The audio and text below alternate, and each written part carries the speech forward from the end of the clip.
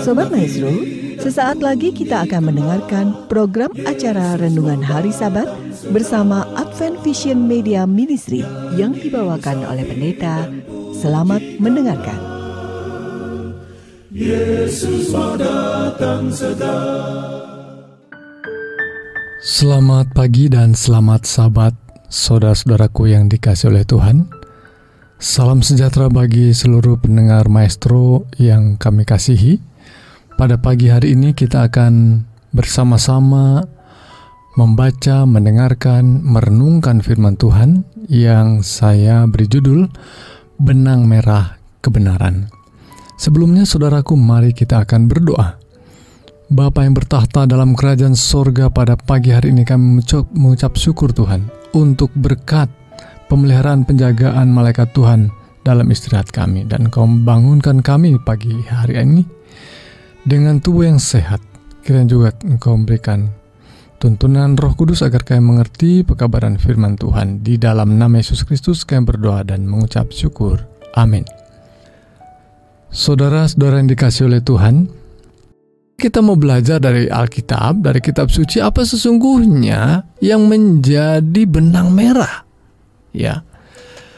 Nah, bila mana saudaraku sekalian bertemu dengan seorang guru, dan saudara mungkin memiliki banyak pertanyaan. Pertanyaannya ini, pertanyaan itu, dan kemudian ada banyak sanggahan. Nah, bisa saja kita mendapatkan pekabaran penting daripada pertanyaan kita, dari sanggahan kita. Demikianlah dengan Yesus. Yesus ada banyak pertanyaan dari orang-orang yang di sekitarnya, orang-orang Farisi, orang Saduki, dan kemudian orang-orang juga mencoba menjebak dengan berbagai pertanyaan dan sanggahan untuk mengalahkan Yesus. Dan Yesus bisa memberikan jawaban-jawaban itu telak dan mengalahkan, sehingga mereka tidak mampu lagi untuk bertanya. Namun saudaraku sekalian, itu adalah sanggahan, itu adalah jawaban.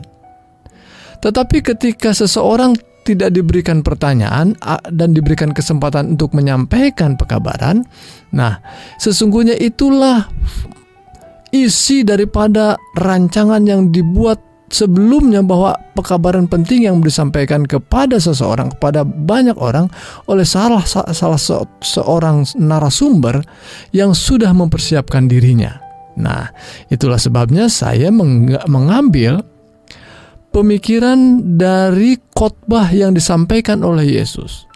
Yesus tidak sedang ditanya, tidak sedang dijebak, tetapi Yesus mengungkapkan pekabaran yang datang dari dirinya. Itulah khotbah yang disebut dengan khotbah di atas bukit. Nah, khotbah di atas bukit tentu bukan kalimat yang sederhana. Ya, maksud saya bukan kalimat yang hanya 1-2 saja, tetapi panjang khotbah itu. Di dalamnya ada sebuah pekabaran untuk memberikan kekuatan. Berbahagialah yang miskin, berbahagialah yang berduka cita, dan lain sebagainya. Berbahagia. Namun di pertengahan khotbah itu ada satu kalimat penting yang kita perlu garis bawahi sebagai benang merahnya. Nah, saya akan bacakan Matius pasal 5 ayat 17. Bagian daripada khotbah Yesus di atas bukit. Dikatakan, janganlah kamu menyangka bahwa aku datang untuk meniadakan hukum Taurat atau kitab para nabi. Aku datang bukan untuk meniadakannya atau menghilangkannya, melainkan aku datang untuk menggenapinya. Apa artinya, saudaraku sekalian? Meniadakan tentu saja bertolak belakang dengan menggenapinya. Ya, bukan aku datang untuk meniadakan hukum Taurat. Nah, yang dibicarakan oleh Yesus bahwa aku datang untuk menggenapi hukum Taurat. Jadi Yesus sedang berbicara tentang sesuatu yang sering dibicarakan, sering dilakukan, dan diimani oleh orang-orang Israel pada waktu itu, yaitu hukum Taurat. Mengapa begitu penting, dan apa sesungguhnya konten atau benang merah yang ada dalam hukum Taurat itu? Nah, saudaraku sekalian, untuk melihat kedalaman daripada apa yang dimaksud dengan hukum Taurat itu, mari kita lihat juga pekabaran nabi yang lain yang juga populer tentunya, yaitu yang orang-orang mengenalnya sebagai kitab Jabur atau kitab Mazmur, yaitu yang disampaikan melalui melalui Nabi Daud atau Raja Daud. Disebutkan dalam Mazmur yang sangat populer, Mazmur pasal 1, disebutkan ayat 1 dan 2, berbahagialah orang yang tidak berjalan menurut nasihat orang fasik, yang tidak berdiri di jalan orang berdosa, dan yang tidak duduk dalam kumpulan pencemooh. Tetapi kesukaannya ialah Taurat Tuhan. Saya garis bawahi kata Taurat Tuhan. Dan yang merenungkan Taurat itu siang dan malam. Jadi saudaraku sekalian, pekabaran kitab Jabur atau pekabaran dari Nabi Daud juga menekankan pentingnya Taurat Tuhan. Merenungkan Taurat Tuhan itu artinya juga mempraktekkan kitab Taurat itu sangatlah penting. Itu yang dibagikan, ditekankan oleh Nabi Daud. Dan sesungguhnya, saudaraku sekalian, apa sesungguhnya pekabaran dari Taurat Tuhan itu? Apa benang merah daripada Taurat Tuhan itu? Mari kita lihat juga apa yang dikatakan oleh Taurat itu sendiri, yaitu kitab Ulangan, ya, kitab yang ditulis, kita percayai, ditulis oleh Nabi Musa. Dalam Ulangan pasal 6 ayat 6 sampai 7. Ayat yang sangat populer tentunya. Apa yang kuperintahkan kepadamu pada hari ini, engkau harus perhatikan. Haruslah engkau mengajarkannya berulang-ulang kepada anak-anakmu dan membicarakannya apabila engkau duduk di rumahmu, apabila engkau sedang dalam perjalanan, apabila engkau berbaring, dan apabila engkau bangun. Saya tidak membacakan beberapa ayat sebelumnya yang menunjukkan bahwa apa yang telah dibacakan, apa yang sudah engkau dengar, ini adalah kitab Taurat. Dan katakanlah ini berulang-ulang. Bicarakanlah terus kepada anak-anakmu ketika engkau berjalan, ketika engkau duduk. Artinya saudaraku sekalian, betapa Tuhan melihat melalui hambanya Nabi Musa untuk mengingatkan betapa pentingnya pekabaran dalam kitab Taurat itu. Saudara lihat perjanjian lama, ya, kitab Taurat itu sendiri, demikian juga kitab Jabur dan para nabi lainnya, dan demikian juga Yesus Kristus mengingatkan pentingnya kitab Taurat. Namun saudaraku sekalian, apakah kita menjadi seorang penganut Taurat? Apakah kita terlalu mungkin melegalismekan kitab Taurat itu?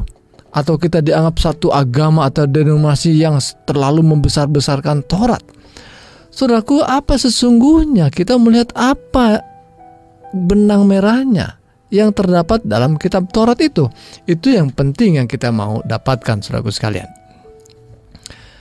Saya melihat bahwa benang merahnya adalah apa yang disebutkan dalam kitab Taurat bukan hanya Musa, tapi cerita di dalamnya ada Nabi Adam atau bapak-bapak leluhur kita, nenek moyang pertama kita, yaitu Adam dan Hawa. Di sana ada sebuah cerita yang menarik, saudaraku sekalian. Ketika mereka berdosa, Adam dan Hawa berdosa, apa yang dilakukan oleh Tuhan kepada Adam dan Hawa? Tuhan membuatkan kulit domba, ya, atau membuatkan pakaian dari kulit domba menggantikan pakaian yang dibuat oleh mereka sendiri dari daun ara. Nah, apa sesungguhnya maknanya? Bahwa Tuhan mengizinkan seekor domba tersembelih yang tidak pernah sebelumnya ada domba yang mati atau binatang yang mati. Tidak pernah ada kematian. Kini diizinkan kematian untuk menggantikan kematian daripada Adam dan Hawa oleh karena dosanya. Dosa menyebabkan kematian. Itulah yang dikatakan oleh firman Tuhan, ya, Roma pasal 6 ayat 23, bahwa upah dosa adalah maut. Kematian akan menjadi bagian orang yang berdosa.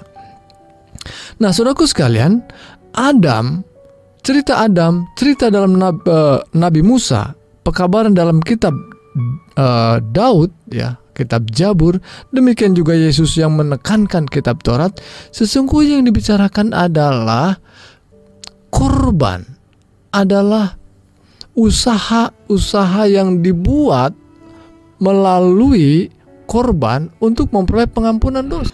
Dan Tuhan, saudaraku, dalam pekabaran kitab suci sejak Adam dan Hawa dan terus kepada para nabi mengingatkan pentingnya sebuah kurban diadakan sebagai sebuah lambang atau simbol yang wujudnya nanti akan datang untuk menebus hukuman yang harusnya ditanggung oleh manusia karena dosa, yaitu kematian. Dan kematian oleh karena Yesus mati di kayu salib bukan mati oleh kesakitan, bukan mati oleh penyakit atau kehabisan darah, tetapi Yesus mati untuk menanggung kematian yang harusnya dialami oleh manusia, yaitu kematian yang dimaksudkan adalah kematian kedua, yaitu api neraka. Jadi saudaraku sekalian, pekabaran Adam, Musa, Daud, dan Yesus yang menyebutkan kata Taurat di dalamnya sebetulnya bukan hanya sekedar peraturan-peraturan yang ada dalam kitab Taurat, bukan sekedar ritual-ritual yang harus dilakukan, tetapi itu adalah upacara-upacara yang menuntun mereka untuk melihat jasa yang hanya diperoleh dari Tuhan sendiri yang melakukan upaya yang hanya satu-satunya dapat menyelamatkan atau menebus manusia dari hukuman dosa. Saya ingin membawa kita pada cerita yang lain yang terkait dengan ini benang merahnya, yaitu konteks pengampunan itu sendiri. Sebetulnya, saudaraku sekalian, banyak usaha-usaha manusia dalam kehidupan beragama, dan memang itu kebutuhan manusia yang terbesar, yaitu memperoleh pengampunan dosa. Mungkin ada orang atau kelompok agama yang berpuasa untuk mendapat pengampunan dosa. Ada kelompok agama yang berusaha untuk pengampunan dosa untuk berziarah atau mempersembahkan sedekah dan lain sebagainya. Banyak denominasi Kristen pun melakukan hal itu juga. Dan di agama lain pun melakukan hal itu juga. Jadi usaha pengampunan dosa itu bagian daripada kehidupan beragama yang sangat integral, saudaraku. Nah, Alkitab mengungkapkan bahwa pengampunan sebagai berkat yang hanya diberikan dengan penumpahan darah. Ayatnya terdapat dalam Ibrani pasal 9 ayat 22. Dan hampir segala sesuatu disucikan menurut hukum Taurat dengan darah, dan tanpa penumpahan darah tidak ada pengampunan. Jadi saudaraku sekalian, berbicara tentang pengampunan dan usaha manusia, usaha-usaha agama memperoleh pengampunan adalah sia-sia tanpa penumpahan darah. Dan penumpahan darahnya yang dilakukan melalui binatang itu hanya merupakan ritual, lambang saja yang sesungguhnya dilakukan oleh Allah sendiri. Allah sendirilah yang turun ke dunia ini dengan cara menjelma dahulu menjadi manusia, dan setelah menjadi manusia maka dia mati untuk menggantikan hukuman manusia, dan penumpahan darah terjadi. Itulah wujud daripada seluruh lambang yang dilakukan di dalam Perjanjian Lama yang disebut-sebut oleh Daud, oleh Musa. Dalam cerita Adam dan Hawa ada penumpahan darah. Itulah hukum Taurat itu, saudaraku sekalian. Nah, kemudian Yesus memberikan sebuah jawaban dari pertanyaan daripada muridnya. Muridnya bertanya, "Guru, harus berapa kali kalau orang meminta maaf, minta pengampunan? Dia sudah lakukan kesalahan lagi. Saya harus berapa kali? Harus 7 kali?" Mungkin karena kata 7 menjadi kata yang sempurna, sudah cukuplah 7 kali. Namun apa yang dikatakan Yesus? Saudara sangat paham cerita ini tentunya. Tapi mari kita lihat apa yang sesungguhnya dibicarakan oleh Yesus. Bukan itu, kata Yesus. "Aku berkata kepadamu, bukan sampai 7 kali, melainkan sampai 70 kali 7 kali. Saudara segera menghitung barangkali. Menghitung 70 kali 7 berapa ya? Oh, 490 kali saya bisa mengampuni. Jadi kalau 491 orang melakukan kesalahan tidak perlu diampuni. Apakah itu maknanya? Saudaraku, sama sekali bukan itu maksudnya. Kata ini atau frase 70 kali 7 itu hanya 1 kali ditemukan dalam Alkitab Perjanjian Baru. Dan itu tentu saja merujuk pada cerita Perjanjian Lama. Dalam cerita bagaimana kitab Daniel mengungkapkan hal itu. Dan saya ingin menyingkatkan, cerita dalam kitab Daniel mengungkapkan kata itu merujuk pada pengorbanan Yesus. Pengorbanan di Ka'bah, ya. Domba disembelih di Ka'bah. Bagaimana upacara pengorbanan itu dilakukan. Dan kemudian merujuk kepada pengorbanan yang sesungguhnya Yesus pada penghujung daripada nubuatan daripada 70 kali 7 masa. Mungkin ada kesempatan lain untuk membicarakan hal ini, tetapi waktu kita sangat singkat. Saya ingin mengungkapkan bahwa benang merahnya dari pekabaran para nabi dan Yesus dan seluruh Alkitab, yaitu bagaimana Allah menyelamatkan manusia dengan upacara-upacara korban sebagai lambangnya dan wujudnya di dalam Yesus Kristus. Jadi saudaraku sekalian, saya rindu bahwa kita boleh menerima dan percaya, karena bagi mereka yang percaya saja, korban itu menjadi berguna, menjadi berkat untuk penyelamatan dirinya. Tuhan Yesus kiranya berkati kita sekalian. Amin. Mari kita berdoa. Bapa yang penuh kasih, kami ucap syukur untuk berkat firman Tuhan yang kami peroleh pada pagi hari ini. Biarlah kami diteguhkan oleh firman Tuhan dan kami boleh mendapat kekuatan dan pengharapan bahwa kami hidup di dunia yang fana ini. Sekalipun kami akan mati, kami beroleh kesempatan untuk hidup kembali dibangkitkan oleh karena kuasa darah Kristus yang telah mengampuni kami dan menebus kami. Terima kasih Tuhan. Kami juga mohon berkat bagi setiap jiwa, setiap pendengar yang sedang bergumul dalam berbagai persoalan. Kuatkan mereka, teguhkan mereka Tuhan. Dan sanggupkan kami juga untuk menghadapi berbagai situasi yang sulit saat ini. Bahkan penyakit COVID-19 yang masih merajalela saat ini. Tuhan berkenan menyingkirkannya dari kami. Dan bila mana ada yang terkena, Tuhan berkenan menjamah dan berikan kekuatan kesembuhan. Itulah doa kami Bapa. Kami menyambut berkat Tuhan pada hari Sabat yang kudus ini dalam nama Yesus Juru Selamat kami yang ajaib. Amin.